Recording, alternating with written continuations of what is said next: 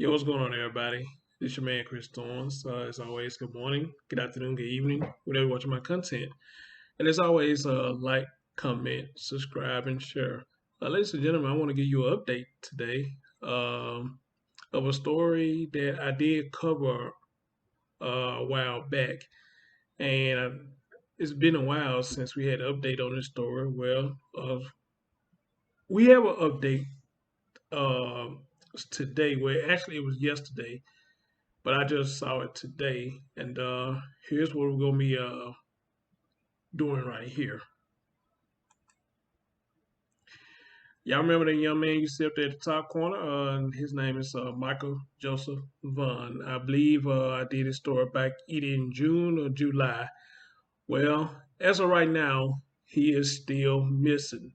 But however, though, yesterday the Fruitland police did an update on the story, as well as his mom has came and spoken out on this situation. So, ladies and gentlemen, I'm gonna let y'all hear this press conference. I'm probably not gonna be doing too much talking. I'm just gonna let y'all hear what's being said, and as always, leave your thoughts and your comments on about what you hear. All right, let's get right into it.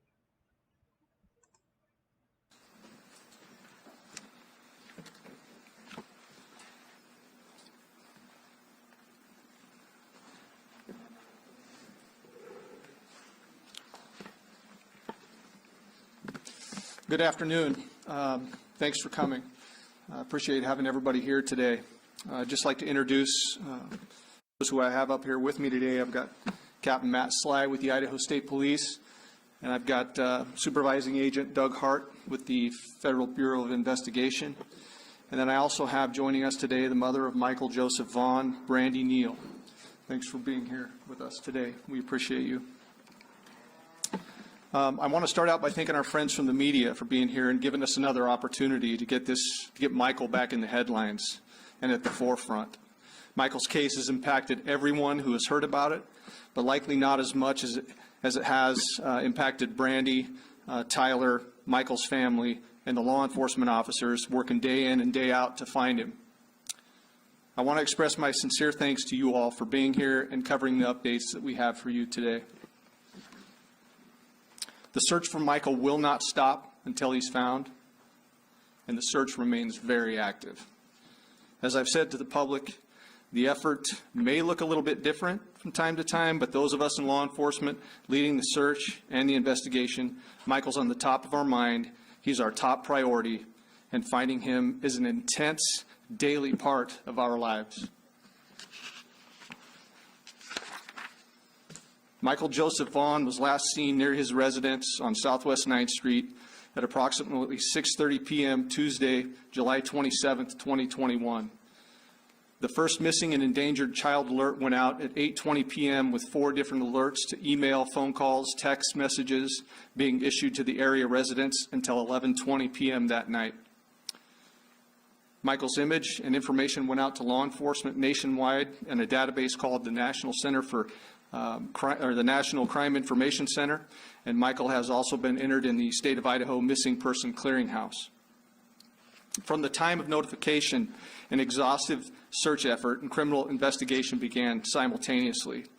So our ground searches are based on the highest probability that Michael may have wandered off, potentially gotten hurt, stuck in an irrigation ditch, a swimming pool, an outbuilding, an old appliance, a junk vehicle, anywhere a 50-pound curious boy could hide himself. We wanted to make sure that all the ground within a 1 to 2 mile radius from Southwest 9th Street, where Michael lives, has been searched by residential homeowners, professional searchers, law enforcement, and specifically trained canines. And not just one of these groups, but by all of these groups. As such, we've been conducting these searches continuously, even up to this week. On Monday of this week, the Idaho Mountain Search and Rescue with specialty canines and the Fruitland Police Department conducted searches in the front and backyards of nearly all the homes on Southwest 9th Street, as well as another large acreage off of Northwest 1st Street in between Nevada and Highway 95. On Tuesday, the Idaho Mountain Search and Rescue with their specialty canines With the Fruitland Police Department, the Idaho State Police, who had a drone in the air, and the FBI, we methodically searched the farm ground to the southeast and southwest of Southwest 9th Street. And combined, we searched close to 1,000 acres this week. Why would we continue to search areas that have been searched multiple times before? Well, because we haven't found Michael yet, and conditions change. So further, you can imagine going home every night as a law enforcement officer wondering, did we miss something during that search? Michael, Brandy, and Tyler and the community continues to count on us to keep up the search, and that is why we continue to search. And I've said from the beginning that as long as those resources are available, we will continue to ask for them. Remember that a criminal investigation, that happened at the same time of notification as the time that Michael went missing. And due to the fact that we've conducted multiple searches using every tool available to us with no success, it increases the possibility that Michael was abducted. From the beginning until we find Michael, we're considering every possibility and following up on every lead developed, every tip that comes in, and the total number of tips that we've received to date is over 557. And the majority of those tips have been cleared by investigation. The others are currently being worked on. Word of our search has gone worldwide, and tips on where he might be have come in from literally around the globe. Thanks to resources available to us again, every tip, regardless of how many miles away, is going to be followed up on. We're committed, and we work together to support each other. Every day we come to work, we work through the exhaustion. For investigators, there's always highs and lows. Each day we go through these highs and lows, and I can't tell, but what I can tell you is, I can tell you with certainty that the Fruitland Police Department and our law enforcement partners are using every resource available, and we'll continue to look into every possibility until we know exactly what happened. We're steadfast in our commitment to bringing Michael home safely. I want to thank each and every search member, the search teams that have been out here, and each and every investigator for their time and expertise and the commitment they've put into helping us bring Michael home. We also want to emphasize Michael's family, who continues to be fully cooperative, working closely with us on almost a daily basis. We ask the community to continue to respect their privacy. As for the reward for Michael, the reward for Michael's safe return remains in effect, and it's increased. The amount has increased to $50,100, and that's for anyone having information leading to the safe return of Michael, and that'll be available until March 31st, 2022.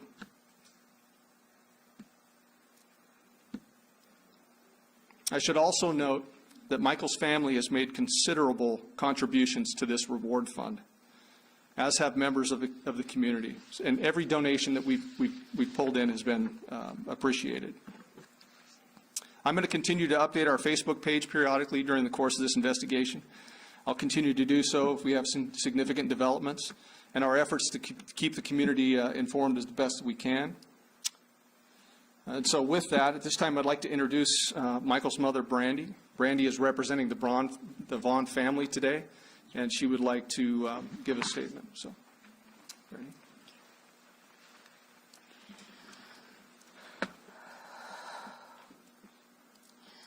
Hello, everyone. I want to thank you for all being here today. My name is Brandy Neal, and I am Michael Joseph Vaughn's mama. I am here before all of you today on behalf of my family to speak about Michael. As much and everyone in our family wants to be up here in front of all of you today, I am here to speak on all of our behalf. I am here to ask you all, I'm here to ask you, please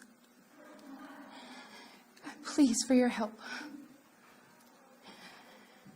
I am here to ask you to please keep Michael's face, his name, and his story in every one of your hearts, your eyes, and your minds.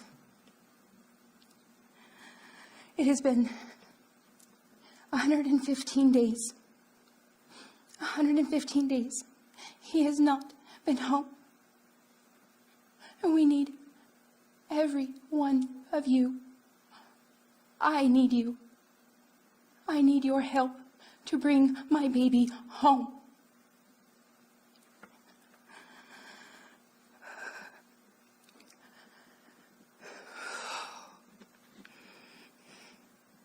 I need you to see his beautiful smile. I need you to see how happy he is. That smile was one of our most favorite camping trips. He got to see his first beaver dam, and he got to catch so many frogs that day, and he was so excited. His beautiful blue eyes. He was so happy that day because I promised we would go get ice cream cones. And he laughed so hard because his baby sister got to have her first ice cream cone, and it was everywhere. We got to play at the park that whole day. It was warm, it was sunny, and we played catch. We played football until it got dark. I need you. I need your help, please.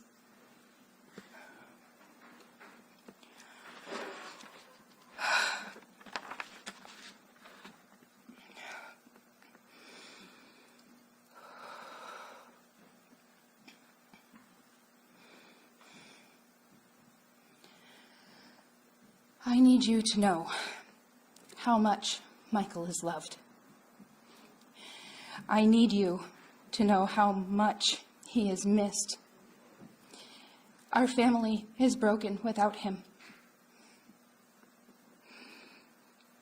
We miss his laughs, his smiles. We miss his hugs. I need you to know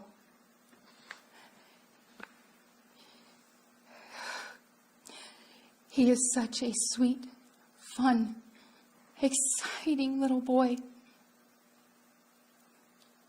He brings such joy and love to our family and everyone that he knows and that knows him. Michael has a laugh that is beyond contagious. You can't help but smile and laugh when you hear his laugh.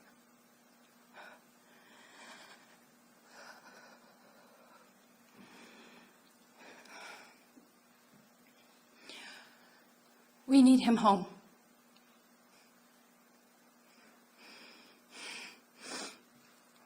I am asking for your help. I am asking for everyone's help. Please, please, if you know anything at all, if you know something, please, I am begging. This is my baby. This is my son. I need him home. I want him home. Please, I need your help to bring him home.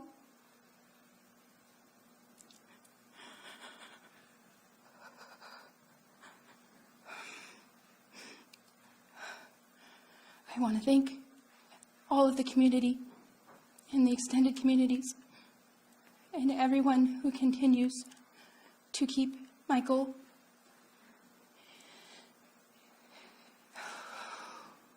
in your thoughts, in your prayers, and in your eyes. Please keep sharing his picture. Please, any information to help bring my son home. I want to thank the Fruitland Police Department, the state, FBI. I want to thank all of them for their continued support.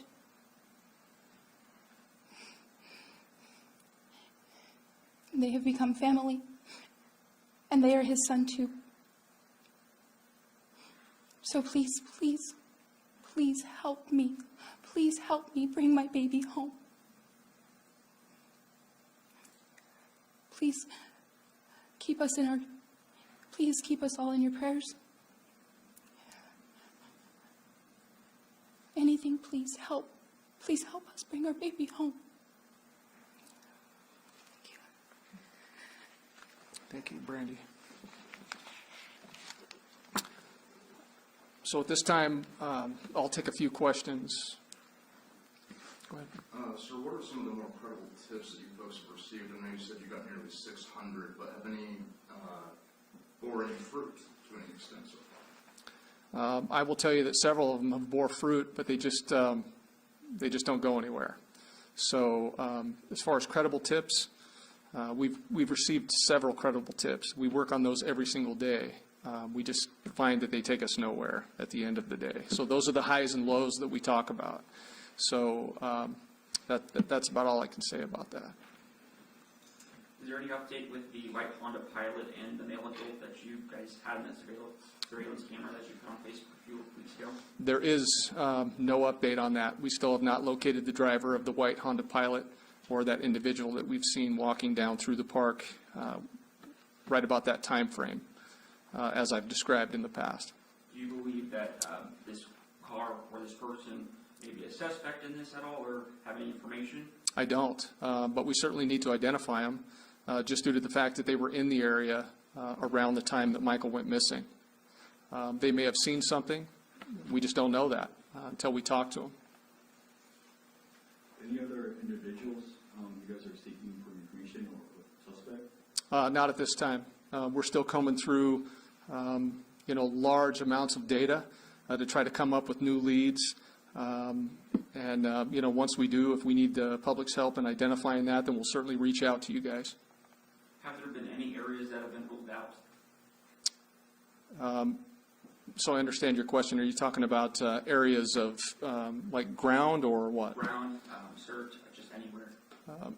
Yeah, I think that, as we move forward and, we've had multiple searches, multiple canines, professionals, law enforcement, all over this ground around within that 1 to 2 mile radius, like I said. It would lead us to believe that there's a possibility that he was abducted. So as we continue to kind of work through this process and eliminate these possibilities, that's where we're led.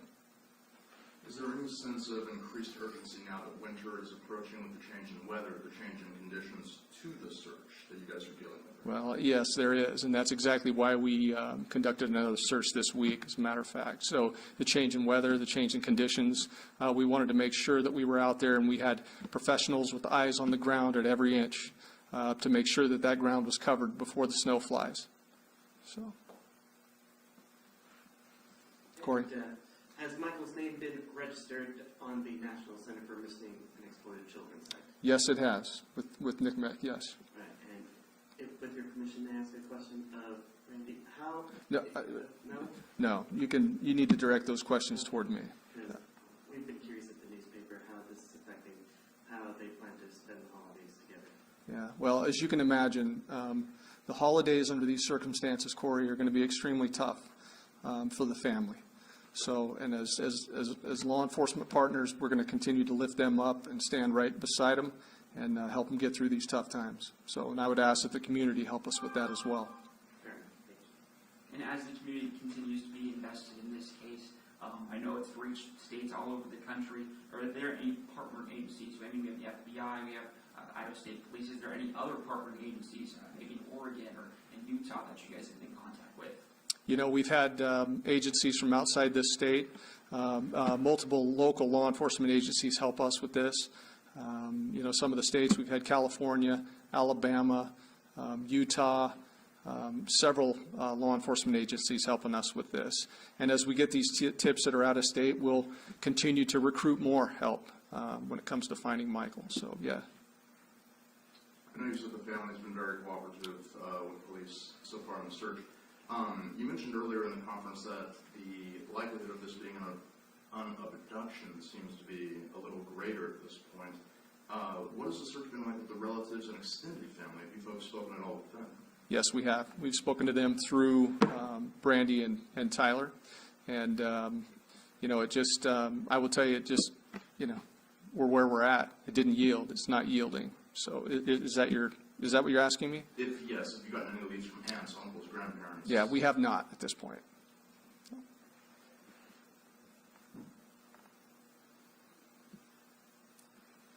Okay. I think we're going to conclude. Thank you for coming. I appreciate you guys. Thank you.